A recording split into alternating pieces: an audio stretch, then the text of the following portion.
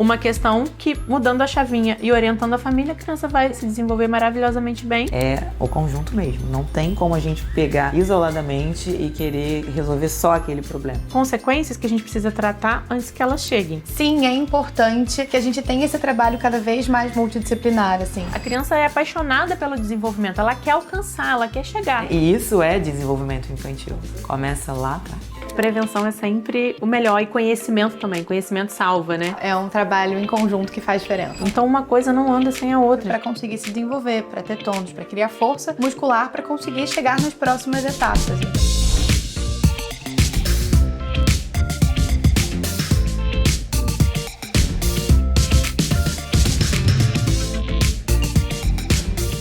Pessoal, sejam muito bem-vindos ao nosso podcast Entre Histórias e Maturis. Um lugar onde a gente fala sobre desenvolvimento infantil sem neura. E hoje a gente tem aqui uma profissional incrível, especialista em doenças respiratórias. Ela é referência no país. Sim, hoje a gente conta com a presença mais que especial da fisioterapeuta Ana Carolina Xavier, que, como a doutora Jana falou, sabe tudo das doenças respiratórias, mas também tem uma equipe de fisioterapeutas, a Respirar e Crescer, que atua não só nesse mundo das doenças respiratórias, mas também no desenvolvimento infantil. Carol, seja muito bem-vinda e fique à vontade para se apresentar. Obrigada pelo convite. É um prazer estar aqui com vocês, compartilhando um pouco da nossa experiência clínica, do que a gente vivencia no dia a dia com as crianças e com os pacientes.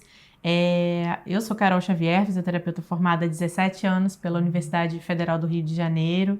Desde o início da minha atuação já fui para a pediatria, trabalhei em terapia intensiva pediátrica, neonatal, fiz minha especialização em desenvolvimento motor e terapia intensiva e fui fazendo as formações dentro da área, tanto do desenvolvimento infantil, com BOBAT, quanto na parte respiratória, com o método RTA, que hoje eu sou professora e instrutora do método, e ajuda na formação de profissionais no Brasil inteiro, nesse método que atua tanto na questão respiratória, que é o foco dele, mas também no trabalho da reorganização do tronco, que inclui o sistema respiratório. O tronco é extremamente importante também no desenvolvimento motor. Total. Então, eu tenho a equipe da Respirar e Crescer, que a gente atende em domicílio em toda a cidade do Rio de Janeiro, e tenho cursos para pais, para fisioterapeutas, e sigo na orientação e na formação de profissionais e no treinamento de famílias também, em vários âmbitos.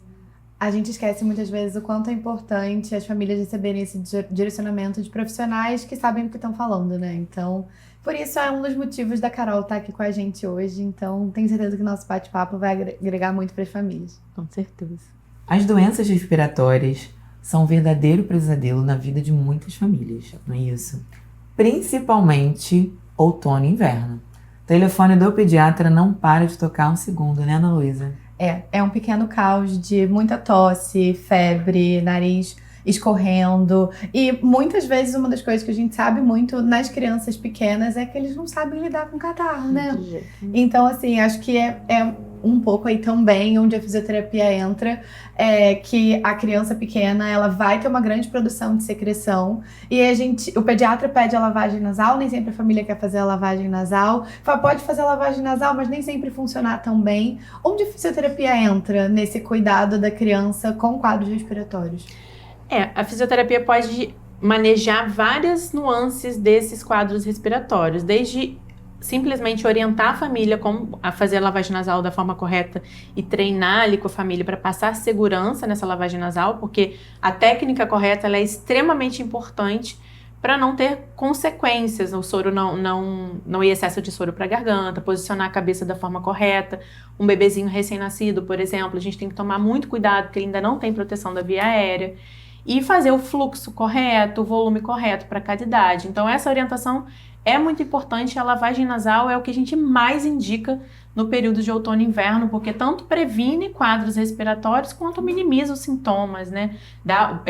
Reduzindo conforto. Muito conforto para o sono. Bebezinho pequeno que amamenta também, que vai amamentar com o nariz muito obstruído. O bebê cansa, faz pausas durante a mamada. Parece, né, assim, ao mesmo tempo que é algo muito simples, como você falou, a gente precisa ter cuidados, né, Carol? Da técnica correta, do volume correto para a idade. E O os pais dispositivo. ficam, né, também muito inseguros, ainda mais Sim. com um bebezinho pequeno, né? Sim. Eu acho que a gente não tem muito essa cultura da lavagem nasal também no adulto, né? Talvez esteja se criando um pouco mais, mas os pais não sabem fazer neles essa lavagem nasal muitas vezes. É difícil replicar essas técnicas num bebezinho pequeno que muitas vezes tá lutando contra você para fazer a lavagem nasal. Sim, às vezes é uma guerra, mas eu digo sempre que é que a criança se adapta. Porque o conforto que vem depois é tão grande que a criança entende, tá, é um pouco desconfortável isso daqui, mas depois eu vou ficar muito melhor. E os pais, as pessoas, já até um curso que eu dei, vocês até participaram, a mãe falou assim, nossa, mas é muito ruim, eu faço em mim e eu sinto muito desconforto. Eu falei, vem cá que eu vou fazer em você. Vamos fazer com a técnica correta? Na hora que a gente fez com a técnica correta, ela falou, não senti absolutamente nada. E imagina isso num bebê, ele vai gritar, porque vai incomodar. E a questão do volume, da velocidade também é importante, Muito. porque tem aquele mito de que lavagem nasal causa otite. Ah, com certeza. E é completamente o falam contrário, né? bastante O isso. acúmulo de secreção na via aérea que é Que o que causa otite. O que pode causar desconforto no ouvido é fazer com alta pressão a lavagem nasal e aí dá pressão no ouvido, que é o que causa o desconforto. Mas por isso que é importante saber a técnica correta, que se fizer muito devagar não vai ter uma lavagem eficiente, se fizer muito forte pode causar pressão nas conexões, porque tudo se conecta, boca, nariz, ouvido e olho, então tá tudo ali, a secreção já tá ali, então não é a lavagem nasal que vai causar uma infecção no ouvido. Então a orientação, muitos casos que são de crianças que têm a infecção das vias aéreas superiores, não tem nada pulmonar ainda, muitas vezes a gente faz um atendimento com orientação, avaliação e ensina a fazer a lavagem nasal de forma segura e a criança já melhora e deslancha e depois segue bem só com a manutenção da família mesmo com a lavagem nasal. Isso é importantíssimo e incrível. Eu acho que a gente subestima um pouco o quanto é importante esse conforto no momento de um quadro respiratório que a gente sabe que tem um período de duração, né? Sim. Esse catarro não vai embora em 1, 2 dias. Ele vai levar, assim, 7, 10, 14 dias para ir embora. Vai ter uma tosse que vai e volta. Então, assim, para as famílias, às vezes, é muito desafiador entender e manejar esse primeiro momento. Então, ter profissionais reforçando, não, tá tudo bem, a gente não tem nenhum sinal de alerta. A ausculta pulmonar segue limpa, como seu pediatra avaliou, talvez, uns dias antes, mas a família às vezes fica desconfortável será que piorou? A tosse tá mais intensa, tá pior pra criança dormir, não tá comendo nada. E aí, como vocês costumam muitas vezes lidar com digamos, com essa intensidade, com essa dinamicidade que a criança pode evoluir tanto para melhor quanto para pior nesse processo dos quadros respiratórios? A gente brinca que nós somos os olhos do pediatra na casa do paciente, né? Porque o pediatra avalia ele durante o quadro e a gente vai lá e vai dar o feedback contínuo da evolução do paciente para o pediatra. Então, a gente tem o parâmetro da ausculta pulmonar, dos sinais vitais, né, saturação, oxigenação do sangue, frequência cardíaca e frequência respiratória, e o padrão ventilatório. Então, isso dá também um direcionamento para o pediatra. E o que a gente normalmente observa porque as doenças respiratórias, elas têm um curso, né? Tem ali os 3 primeiros dias, que muitas vezes é coriza e tosse seca, muitas vezes também não tem febre, né? A febre não é obrigatória nos quadros respiratórios. E aí, entre o 3º e o 5º dia, que a gente fica mais atento, porque é onde pode evoluir com uma maior gravidade, com uma bronquiolite, por exemplo, que a gente sabe que 99% dos bebês vão ter bronquiolite até os 2 anos de idade, vão ter contato com o vírus sincicial respiratório, mas não só ele, mas como mais de 1000 vírus que circulam, né, principalmente no período de outono e inverno. Então, a gente acompanha nesse período ali entre o 3º e o 5º, onde a criança pode evoluir com um quadro pulmonar baixo, que é o caso da bronquiolite, e então a gente acompanha ali diariamente, ou a gente vai pedindo notícias diariamente para a família, como é que tá, como tá o sono, tô achando que tá um pouquinho ofegante, aí a gente pede, faz um vídeo para mim, deixa eu observar o padrão ventilatório. Aí ou a família fala, essa noite tossiu muito, aí vamos avaliar então, vamos ver se essa piora é porque evoluiu com alguma questão pulmonar ou está com algum acúmulo de secreção, algum desconforto respiratório que vale o médico avaliar ou já começar a prescrever alguma medicação. Essa questão, desculpa só te interromper, Carol, do sono, né? Como que é importante também o padrão do sono. Sim. Em relação às questões respiratórias na criança. Muitas vezes acabam até me procurando, assim, saindo só um pouquinho da pauta. Mas é porque isso é muito prevalente, né, no meu consultório. E sempre vão achar que a causa é neurológica. Mas a principal causa de distúrbios de sono é respiratório alta. Alta, E aí obstrução alta. é muito importante ter a equipe toda ali conversando, né? O pediatra, o fisioterapeuta, o otorrino, né? Nesse caso também, para poder descartar uma causa nesse sentido. Já que a gente saiu da pauta, vou te contar uma coisa. O tratamento respiratório, da fisioterapia respiratória, inclusive, reduz muito os distúrbios tanto odontológicos quanto de formação do sistema respiratório mesmo. Então, a gente reverte crianças que tinham indicações cirúrgicas por conta de distúrbios de vias aéreos Hipertrofia de superiores. adenoide. Hipertrofia né? de adenoide, questão de posicionamento de mandíbula, criança que respirador bucal, que fica com aquela boca mais hipotônica. Então, tudo isso a gente consegue tratar com a fisioterapia respiratória e reduz e melhora muito a qualidade do sono dessas crianças. Porque eles ficam com a cabeça mais projetada para frente, aí eleva o ombro, impacto. Então, isso reduz o volume pulmonar, então piora muito o posicionamento durante o sono também. Então, a atuação da fisioterapia não é só no quadro agudo, quando a criança está ali cheia de secreção.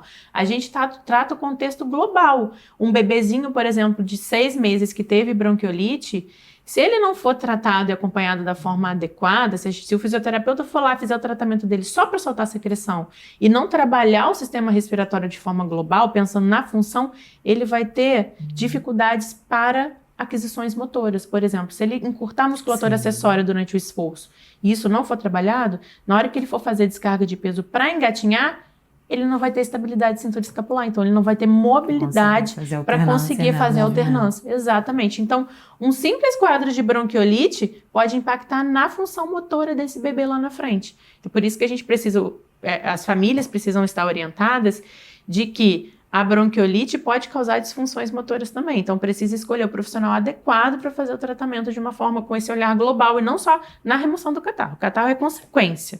A secreção é sempre consequência do tratamento da fisioterapia.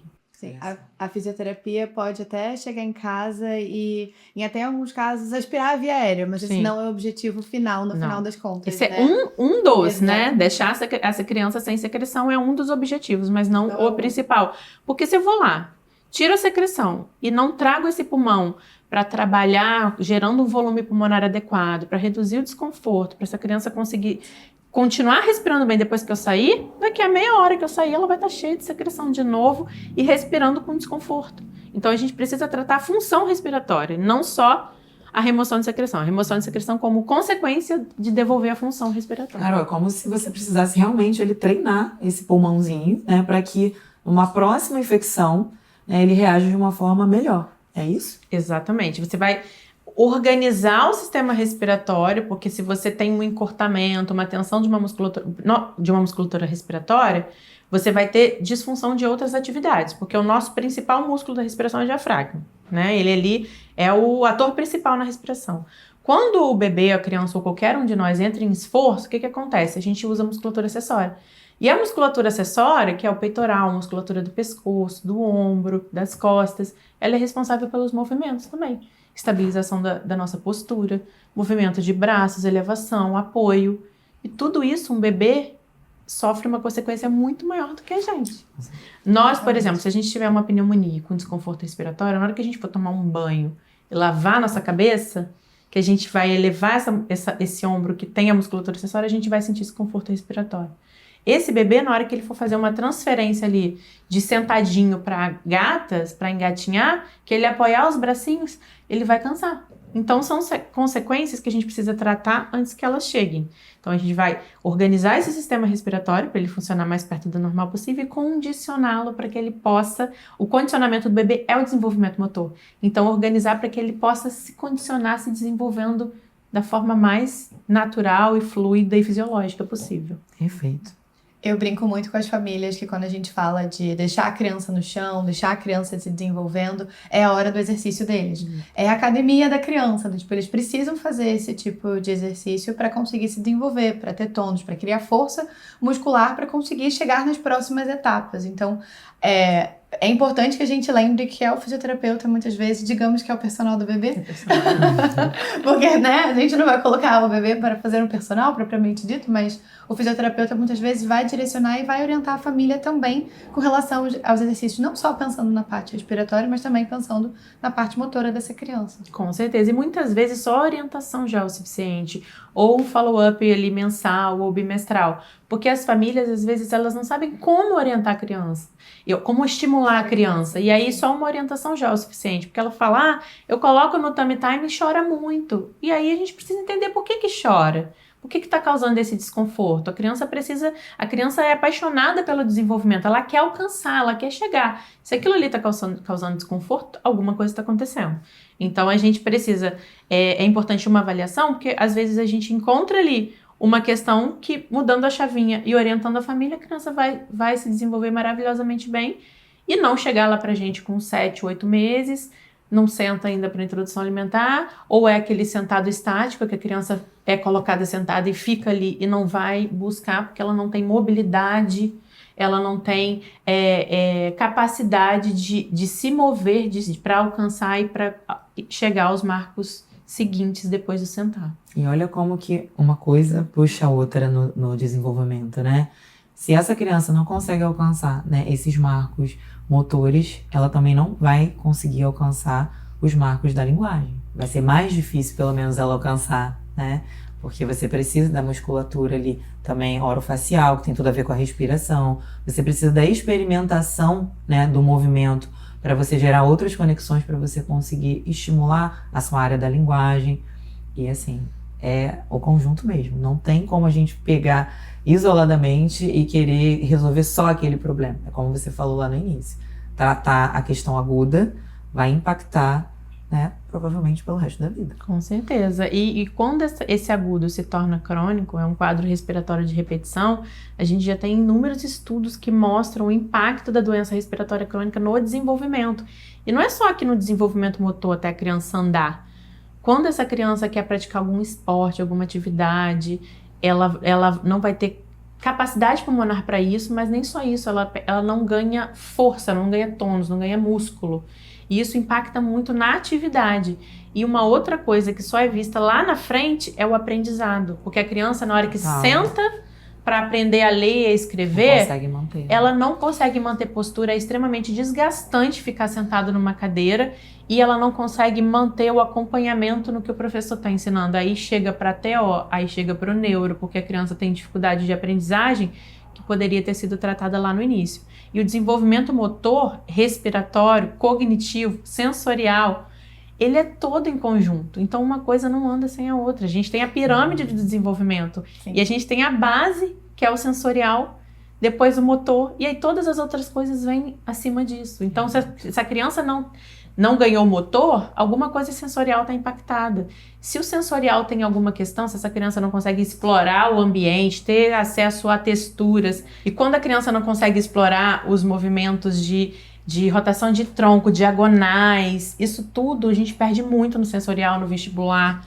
E isso impacta lá na frente, num andar de bicicleta, num correr, numa atividade, numa ginástica, num judô. No nível atencional. No nível atencional, atenção. Um pouco mais à frente, mas aí essa criança vai... Será que essa criança tem TDAH? Não, às vezes é só a organização corporal dela que não está adequada para ela conseguir organizar esses sistemas, que é um dependente do outro, para ter atenção, para prestar atenção no que o professor tá falando. Tô tão feliz que você tá aqui falando tudo isso. Por favor, escutem, né? Escutem a Carol, porque é isso que a gente conversa também em consulta. Nem sempre vai ser um transtorno neurológico, né? A base ali daquela dificuldade da criança, tá? E aí pensa também nisso tudo, né? Que a Carol tá trazendo aqui pra gente, o quanto impacta a nível emocional uma criança, né, maior. Ela vai se sentir, né, que não, como se ela não tivesse capacidade, como se ela não fosse, né, conseguir.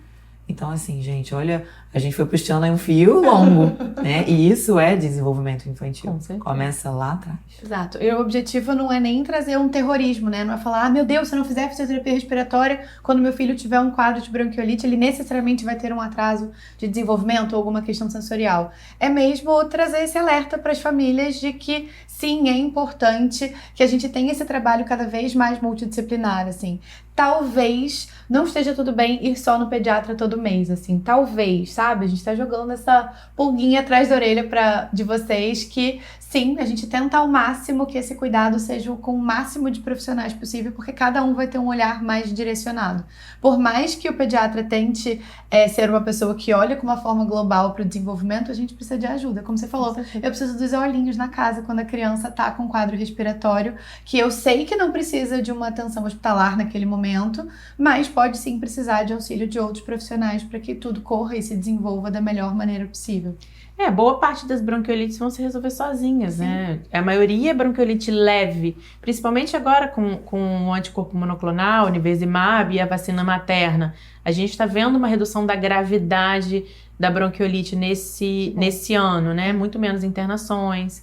Mas o que acontece é que a maioria das crianças vão ter uma bronquiolite leve, não vão ter um impacto no sistema respiratório e vão se desenvolver tranquilamente bem, ou vão ter ali um leve desconforto e depois ela mesma vai conseguir compensar o desenvolvimento motor, uma criança superativa que vai conseguir buscar, alcançar, isso não vai impactar, mas existem crianças que vão precisar de um olhar mais atento, né? Uma criança que faz ali 2, 3 bronquiolites num período de outono e inverno, que aí já pode evoluir como lactente sibilante. Exatamente. E aí a gente tem que acompanhar desde já, porque pode ser um futuro asmático. Então é agora que a gente trata para evitar que esse fenótipo evolua com uma cronicidade, né? Que é o fenótipo que hoje a gente olha o sibilo, que é o chiado, o broncoespasmo, como fenótipos de apresentação. E aí isso pode evoluir com cronicidade, pode ter um período de atividade, que é às vezes 1 ou 2 sazonalidades de desconforto respiratório com um quadro viral agudo,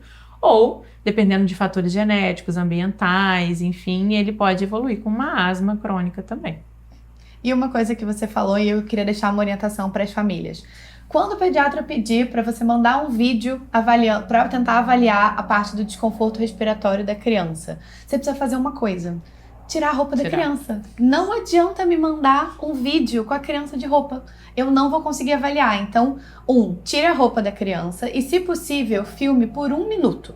1 minuto porque a gente precisa desse tempo para contar a frequência respiratória da criança. A gente não pode contar a frequência respiratória de criança em 5 segundos, 10 segundos, como muitas vezes os médicos de adulto acabam fazendo e acabam, né, no jeitinho, estimando a frequência em 1 minuto. A gente precisa contar em 1 minuto. Então, se você quiser mandar um vídeo pro seu pediatra pensando nesse sentido, vamos fazer bom uso do WhatsApp. Bom, aproveitando, né, esse gancho que a Ana trouxe aí de observar o padrão respiratório, da gente pensar aí na oxigenação, né, da saturação tão falada na pandemia, eu lembrei justamente desse assunto. Imaginando como deve ter sido também a vida do fisioterapeuta, porque na época eu era rotina da emergência e foi um caos. Principalmente, não durante o período da pandemia, mas no ano seguinte. Fala um pouquinho pra gente, Carol, da sua experiência aí. Então, as infecções respiratórias na pandemia, o ano de 2020 a gente não teve sazonalidade, né? Tava todo mundo em casa, lockdown, as crianças não estavam na escola, que é onde o principal local de contaminação. Então, o ano de 2020 foi um ano sem sazonalidade. Mas, em compensação, em 2021 foi um caos. É como se a gente tivesse vivido o dobro de intensidade nos quadros gripais nas crianças. E a gente teve a questão, que hoje a gente já tem estudos falando sobre isso, que foi a dívida imunológica que as crianças adquiriram nesse 1 ano, sem ser expostas, sem sair de casa, sem viver na natureza, sem ter contato com outras pessoas, sem desenvolver a imunidade delas. Então isso deixou o sistema imunológico das crianças mais fraco. Então, em 2021 e 2022 foram 2 anos seguidos de uma sazonalidade absurda, assim, com quadros respiratórios intensos. E aí, nesses casos com mais de um vírus, as crianças ficam um pouco mais graves, muitas vezes precisam de internação.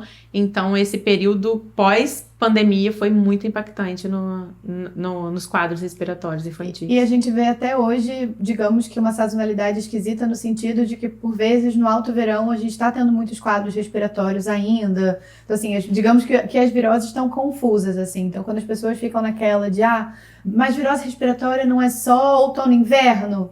Não necessariamente, né? A gente sabe muito bem que, principalmente pós-pandemia, as coisas ficaram muito, muito confusas nesse sentido, infelizmente. Eu dei uma aula essa semana sobre atualização científica de 2022 a 2026 e eu fiz uma revisão de todos os artigos foram publicados e selecionei alguns para falar da bronquiolite principalmente, que é uma aula sobre bronquiolite.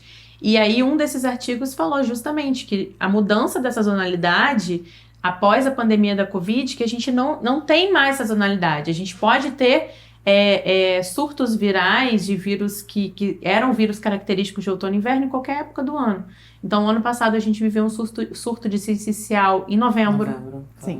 Então, o que também impacta é muita chuva, né? Porque a umidade favorece a replicação viral, as pessoas ficam em ambientes fechados, que é onde acontece... Esse ano a gente tá, né, com tendo um ano inverno. De mais chuva, né? Inverno. Por conta aí das questões ambientais, não vamos para esse assunto. Mas é um ano aí que, para ficarem mais atentos. Sim, eu tô preocupada com o segundo semestre, que a gente vai ter um impacto ambiental do El Niño, um impacto muito grande, né? Vai ser um período de muita chuva, né? Muita chuva e alternância de temperatura e muita seca. Então vai ter ou muita chuva ou ar muito seco. Então isso vai impactar muito nas vias aéreas. É péssimo para viário. Muito péssimo. E eu acho que uma das coisas que talvez vá melhorar muito a nossa vida nos próximos anos, e já tá melhorando, né? É que desde o final do ano passado a gente tem disponível no SUS a vacinação materna para bronquiolite e também agora o anticorpo monoclonal, o nivesimab, que está sendo feito no SUS também, tanto para prematuros quanto para crianças com fatores de risco. E na rede privada, para quem quiser se vacinar, pode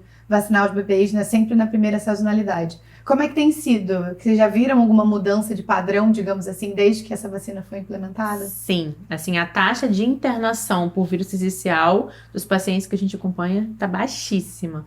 As crianças estão ficando com um quadro super leve, às vezes se resolve em 5, 7 dias, uma bronquiolite por sincicial que a gente via 14, alguns mais prolongados, 21 dias.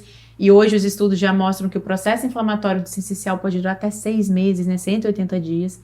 E as crianças estão ficando, assim, bem leves, com uma bronquiolite bem leve. E a grande maioria, principalmente das crianças que tomaram o nivesimab, não usam nem medicação durante uma bronquiolite por vírus sincicial. Então a gente está tendo uma sazonalidade mais branda, com menos internações, menos casos graves. E eu tenho a esperança de que os próximos anos isso melhore mais ainda com o aumento da vacinação, mais gestantes vacinadas, mais bebês e crianças vacinados. Então, acho que o impacto nos próximos anos vai ser ainda mais positivo. Isso aí só prova uma coisa, né? Que as vacinas funcionam. Então, a gente comentou, né, um pouquinho atrás aí sobre essa mudança toda do padrão dos vírus desde a pandemia. E a gente viu casos mais graves nos anos subsequentes. E a gente vê ainda muitas crianças, né, fazendo infecções que não seriam tão graves se você já tivesse também vacinando. Crianças maiores, a gente não está mais falando dos bebezinhos, né? A gente está falando da sazonalidade que a gente teve de influenza, por exemplo, que teve agora no início do ano, e as pessoas deixam para vacinar só quando tá no inverno mesmo, que acho que só no inverno que vai acontecer a infecção. Então, assim, gente, vacinem-se. Vacinem suas crianças, por favor. Faz muita diferença. E a vacina da gripe anual, né?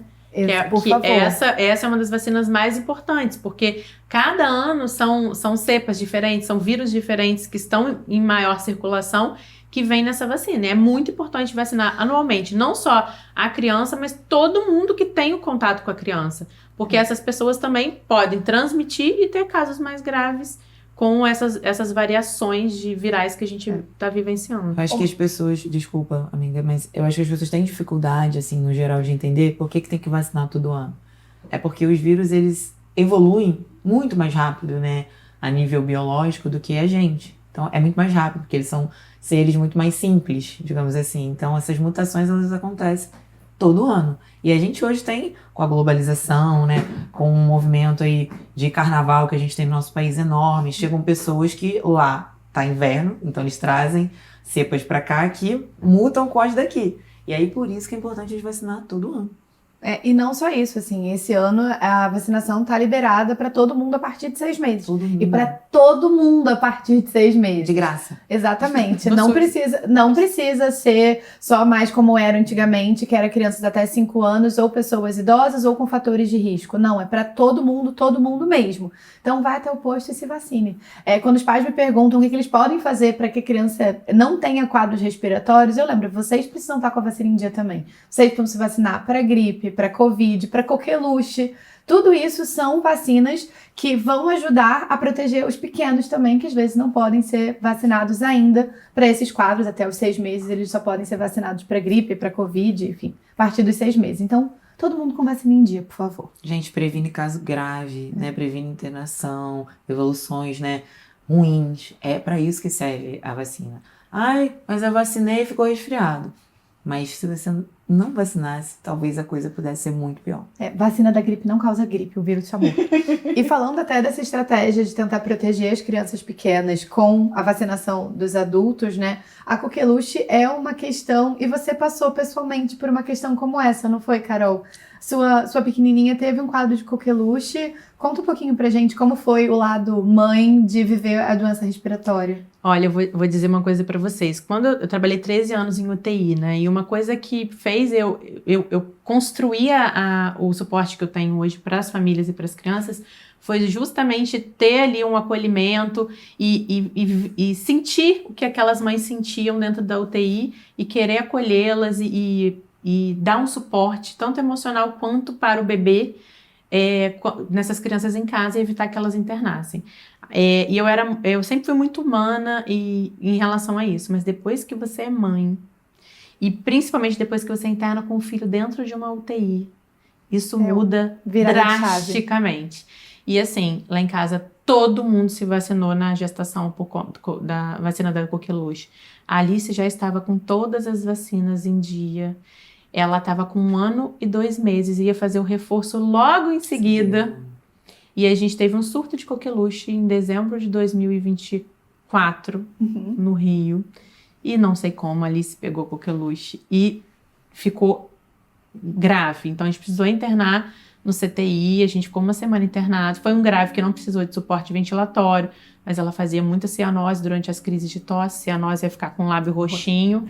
E a gente precisou monitorar dentro do CTI, porque ela ficava muito molinha quando ela ficava cianótica. Então ela tinha as crises de tosse e precisava de oxigênio. E então, assim, mesmo vacinada, ela pegou a coqueluche, mas se ela não tivesse vacinada, poderia ter sido muito pior. Então, ter essa vivência ali dentro de uma UTI, eu tenho uma filha asmática, que eu sou asmática, a Alice tem asma e teve esse quadro grave de internação hospitalar, me tornou ainda mais humana. Eu achei que isso era impossível, porque eu tinha um sentimento muito grande pelo que as mães viviam, mas quando você vive na pele, assim, você sente a dor da mãe, sabe? Então, quando as mães estão passando por aquilo, você fala, tá, eu sei muito bem o que você está sentindo, eu sei a dor que é ver um filho assim. Então, a gente fica mais sensível, com mais compaixão, com mais acolhimento, e isso torna a gente profissionais melhores, né? Porque você acolhe muito mais do que quando você tem uma noção, mas não vivenciou na pele aquilo. Mas eu acho que também reforça um pouco certezas, né? Acho que se você já tinha essa consciência de que todo mundo precisava ter vacinado antes, agora você sabe mais ainda que, sem sombra de dúvidas, vocês não passaram por um perrengue, por uma experiência pior e mais intensa, porque estava todo mundo com a vacina em dia. Inclusive, né, o surto que aconteceu de coqueluche tem a ver com a baixa, né, adesão aí ou a queda de vacinação. Então, talvez sua filha não tivesse pego a coqueluche se outras famílias tivessem vacinado seus filhos. Eu acho que é a principal mensagem que a gente queria deixar aqui. Sim, a vacinação é um pacto social, galera. A gente vacina não só pela gente, a gente vacina para não deixar esses bichinhos do mal circularem por aí e acabarem atingindo as pessoas que acabam sendo mais vulneráveis para eles. Carol, a gente queria agradecer muito, muito mesmo por você ter aceitado o nosso convite. A gente está muito feliz. Você trouxe informações de extrema qualidade, científicas.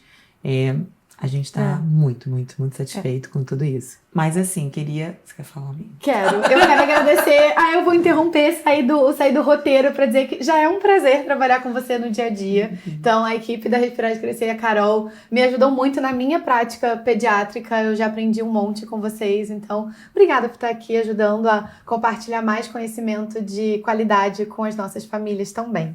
E aí, vamos falar para o público onde pode te encontrar, a sua equipe que é incrível, que atua aí todo o Rio de Janeiro.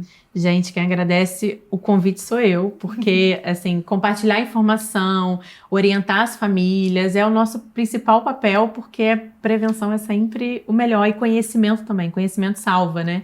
E é um prazer estar aqui com vocês, debatendo esses temas tão relevantes, falando sobre coisas que às vezes as famílias nem se atentam e às vezes assistindo o podcast pode mudar o olhar delas em relação a muita coisa na criação do filho, no desenvolvimento, no cuidado respiratório.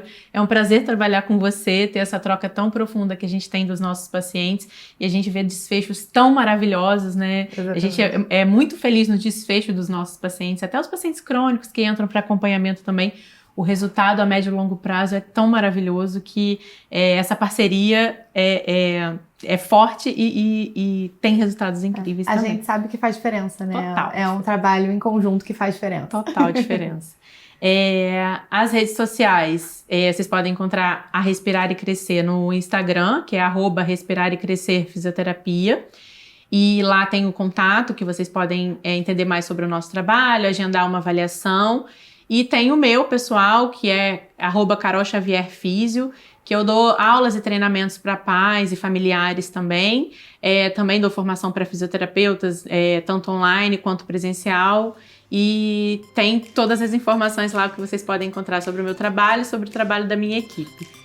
Muito obrigada de novo, Carol. E se você ainda não está seguindo o canal do podcast, por favor, clica aqui em se inscrever, compartilha esse vídeo com todo mundo, que eu tenho certeza que aqui tem muita informação de qualidade que serve para todas as faixas etárias. Então, espero muito que vocês tenham gostado desse episódio e até o próximo. Tchau!